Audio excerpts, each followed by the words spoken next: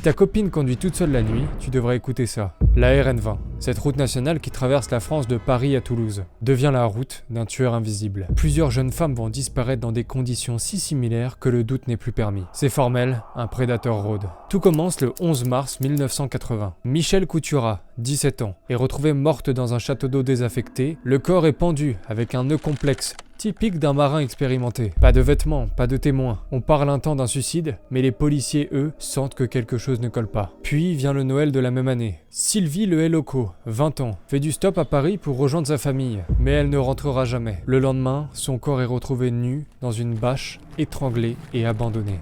Même profil que Michel, même route, même région. L'année suivante, une autre femme, Annick J, échappe de peu à une agression dans la même zone. Elle se souvient d'un homme calme, méthodique, qui l'avait abordée sur une aire de repos. Mais elle ne portera pas plainte. 14 juillet 1982. Christine Devauchel, 16 ans, est retrouvée étranglée dans un sous-bois. Les enquêteurs retrouvent à nouveau ce même profil. Jeune femme, blonde, mince, seule.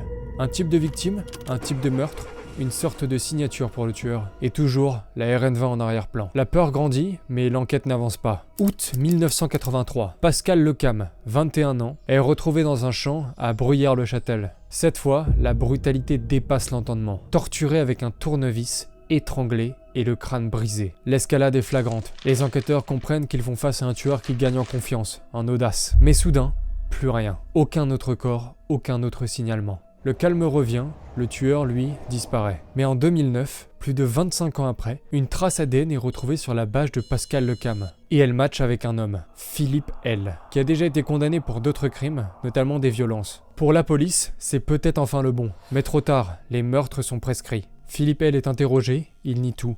Et faute de preuves supplémentaires, il est relâché. L'espoir s'effondre donc pour les familles. En 2024, son nom refait surface, condamné pour agression sexuelle. Mais encore une fois, à cause de la prescription, la justice ne peut rien pour les meurtres de la RN20. On ne connaîtra donc jamais la vérité. Et que ces fossés, ces aires de repos, ces bois, où les corps ont été retrouvés, sont toujours bien là, utilisés chaque jour par des milliers de conducteurs. Alors quand quelqu'un que tu aimes prend la route la nuit, repense à cette affaire. Abonne-toi pour ne pas rater les prochaines histoires, like, partage et commente d'autres affaires que je pourrais traiter.